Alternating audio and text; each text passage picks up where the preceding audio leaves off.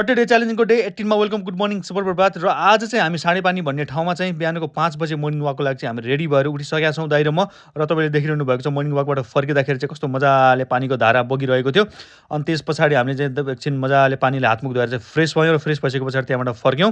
र फर्किसके पछाडि चाहिँ हामी फेरि बहिनीको घरमा पुग्यौँ। र खासमा चाहिँ हामी बहिनीलाई पुगाउन चाहिँ बहिनीको बिहामा साँढेपानी कैलाली भन्ने ठाउँमा चाहिँ हामी 5 जना पुर्याउन आएका छौँ बिहामा, तपाईँले देखिरहनु भएको छ। र बिहानै उठिसके पछाडि चाहिँ हामीले मजाले लेमन टी पियौँ। अनि त्यस पछाडि हामी आज घर फर्किनुपर्ने थियो, त्यस कारणले गर्दाखेरि चाहिँ हामीले बिहानै ब्रेकफास्टमा चाहिँ हामीले खाजा खायौँ, तपाईँले देखिरहनु भएको छ।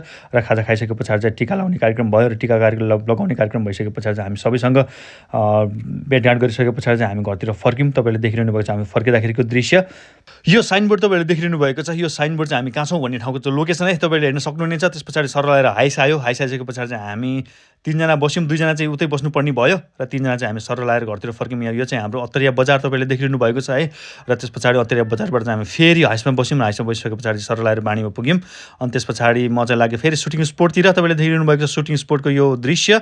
अनि आजको मिनी भ्लग तपाईँलाई कस्तो लाग्यो? Thanks for watching guys, bye bye, take care.